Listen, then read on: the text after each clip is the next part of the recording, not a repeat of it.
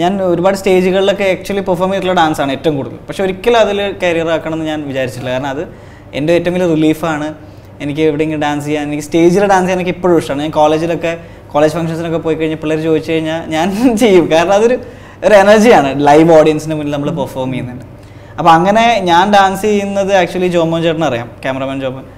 പുള്ളിയുടെ മാരേജ് റിസപ്ഷന് പോയിട്ട് ഞാൻ കൊടുക്കത്തെ ഡാൻസ് ഞങ്ങളല്ല, ഞാൻ അജു ധ്യാൻ ഞങ്ങളിങ്ങനെ ചുമ്മാ. അപ്പം അങ്ങനെ പുള്ളിക്ക് അറിയാവുന്നതുകൊണ്ട് ഇതിൻ്റെ ഒരു ഈ പടത്തിൽ എന്നെ തല്ലേണ്ടമ്മ എന്ന് പറഞ്ഞ പാട്ട് കൊറിയോഗ്രാഫി ചെയ്യാൻ ആരും ഫിക്സ് ചെയ്തിട്ടില്ല. അപ്പോൾ സെൽഫിയുടെ ഷൂട്ടിംഗ് നടന്നുകൊണ്ടിരിക്കുമ്പോൾ പുള്ളി എൻ്റെ അടുത്ത് പറഞ്ഞടാ നിനക്ക് ചെയ്യാൻ താല്പര്യമുണ്ടോ, നമുക്ക് വെറുതെ നിങ്ങൾ 3 പേരുള്ളൊരു പരിപാടിയാണ്, ഇത് ചെയ്തു നോക്കും. ഞാൻ പറഞ്ഞു ഞാൻ പണ്ട് കോളേജ് ടൈമിൽ പാർട്ട് ടൈമായിട്ട് കൊറിയോഗ്രാഫി ചെയ്യുമായിരുന്നു.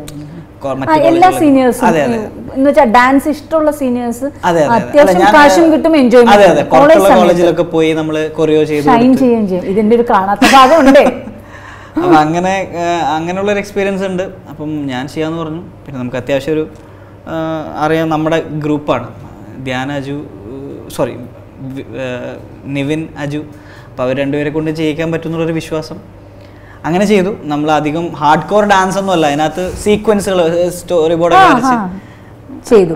പക്ഷെ അത് അല്ല, ഇറ്റ് കേം ഔട്ട് വെൽ അല്ലേ? അതുപോലെ തന്നെ ആ പാട്ടും അതൊരു ഭാഗ്യമാണ്, അങ്ങനെ ഒരു പാട്ടിൽ തന്നെ ലാൻഡ് ചെയ്യാൻ പറ്റിയത്. കാരണം മലയാളത്തിലെ ഏറ്റവും നല്ലൊരു ടീമിൻ്റെ കൂടെ തന്നെ അങ്ങനെ ഒരു സംഭവം ലാൻഡ് ചെയ്യാൻ പറ്റി. വിനീതേട്ടനൊക്കെ ഭയങ്കര സർപ്രൈസ്ഡ് ആയിരുന്നു. വിനീതേട്ടന് അതിന് മുന്നേ അറിയില്ലായിരുന്നു ഞാൻ ഡാൻസ് ചെയ്യുന്ന കാര്യം.